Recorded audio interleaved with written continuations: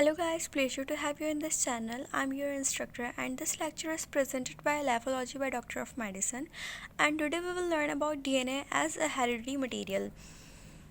First of all, we'll learn what is DNA कि DNA क्या होता है. सबसे पहले हम पढ़ते हैं कि DNA क्या होता है. DNA stand for deoxyribonucleic acid. DNA की जो फुल फॉर्म है वो है deoxyribonucleic acid. DNA genetic material है जो कि रेप्लिकेट हो सकता है. DNA जेनेटिक मटेरियल है जो कि क्या हो सकता है, रेप्लिकेट हो सकता है. हमने पढ़ा था कि जो रेप्लिकेशन होती है डीएनए की वो एस फेज पे होती है. एस फेज यानी कि सिंथेसिस फेज, और ये फेज इंटरफेज में होता है. इंटरफेज कौन सा फेज होता है? जो सेल डिवीजन यानी कि माइटोसिस मियोसिस शुरू होने से पहले जो फेज़ होता है वो इंटरफेस कराता है. उसमें एस फेज होता है. एस फेज सिंथेसिस फेज होता है और उसमें डीएनए रेप्लिकेट होता है. Genetic material in the form of specific sequence of nucleotide along the DNA strand. जो जेनेटिक मटेरियल होता है जिसको हमने जीन कहा था लास्ट वाली वीडियो में हमने, वो is in the form of specific sequence of nucleotide. ये एक स्पेसिफिक सीक्वेंस में होता है न्यूक्लियोटाइड की. यानी कि हमारे पास डीएनए है अगर, तो डीएनए के अंदर हमारे पास जो न्यूक्लियोटाइड्स होंगे वो ऐसे प्रेजेंट होंगे और ये एक स्पेसिफिक सीक्वेंस में होंगे. ये इस स्पेसिफिक सीक्वेंस में होंगे कि ये एक पार्टिकुलर अमाइनो एसिड बना रहे होंगे और ये पार्टिकुलर अमाइनो एसिड आपस में मिल के कंबाइन टुगेदर होकर एक पार्टिकुलर पॉलीपेप्टाइड बना रहे होंगे.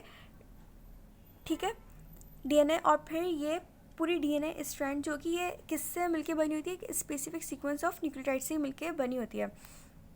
उसके बाद हम आगे चलते हैं. अब हम देखेंगे कि ग्रिफिथ एक्सपेरिमेंट क्या था.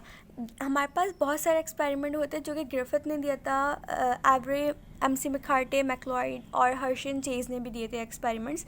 और ये जो सारे एक्सपेरिमेंट हैं ये इसलिए दिए गए थे ताकि प्रूफ कर सकें कि ये जेनेटिक मटेरियल क्या है, कि डीएनए जेनेटिक मटेरियल है या फिर प्रोटीन जेनेटिक मटेरियल है. तो ग्रिफिथ एक्सपेरिमेंट में हमारे पास क्या था? Griffith 1928 British microbiologist Frederick Griffith made a series of experiment studies with the bacteria Streptococcus pneumoniae, which are found in two type. British microbiologist है फ्रेडरिक ग्रिफिथ, उसने series में एक्सपेरिमेंट दिए थे किस बैक्टीरिया के ऊपर? Streptococcus pneumonia. ये बहुत इंपॉर्टेंट बात है और आपको ये याद रखनी है कि ये एक्सपेरिमेंट जो ग्रिफिथ ने दिया था वो किस पे दिया था? स्ट्रेप्टोकोकस निमोनिया पे दिया था.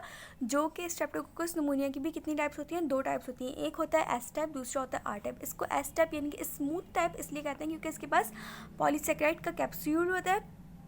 पॉलीसेकेराइड कैप्सूल होता है और इसकी जो कॉलोनी होती है वो अपीयर होती है स्मूथ, बिल्कुल स्मूथ और शाइनी, इसलिए इसको एस टाइप कहा जाता है. आर टाइप इसको इसलिए कहा जाता है, दूसरा टाइप है इसका आर टाइप, उसको इसलिए कहा जाता है कि रफ कॉलोनी बनाता है क्योंकि इनके पास एब्सेंस होती है पॉलीसेकेराइड की. यानी कि पॉलीसेकेराइड की एब्सेंस की वजह से ये रफ कॉलोनी बनाते हैं, इसलिए इनको आर टाइप कहा जाता है.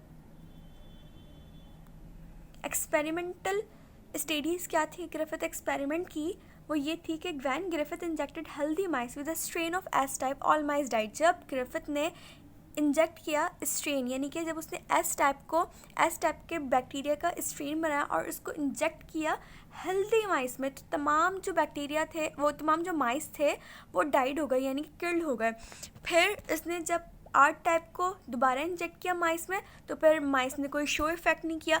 From these basis, in basis से ग्रिफिथ ने हाइपोथेसाइज कर लिया कि जो वायलेंट इफेक्ट है एस टाइप का वो शायद हो सकता है कि वो एसोसिएटेड करे पॉलीसेकेराइड कैप्सूल के साथ. उसने ये हाइपोथेसाइज किया कि शायद ऐसा हो सकता है कि पॉलीसेकेराइड कैप्सूल ही वायलेंट हो और उसकी वजह से माइस किल हो रहा हो, क्योंकि आर टाइप के पास तो कैप्सूल ही नहीं था और ना ही तो आर टाइप से माइस किल हो रहे थे. ठीक है, उसके बाद हम देखें कि एस टाइप को हमने फिर दूसरे ग्रुप में दोबारा, मतलब फिर उसने कहा कि मैं अपनी स्टडीज़ को कंट्रोल करना चाहता हूँ, कि मैं देखना चाहता हूँ कि क्या ये वाकई पॉलीसेकेराइड कैप्सूल की वजह से हुआ है या नहीं. तो इसने क्या किया, ग्रिफिथ ने एस टाइप के बैक्टीरिया को हीट किया. हीट करने के बाद उनको जब हीट किया तो एस टाइप बैक्टीरिया किल हो गए. जब किल हो गए तो फिर इस ग्रिफिथ ने माइस के अंदर ये बैक्टीरिया को इंजेक्ट किया.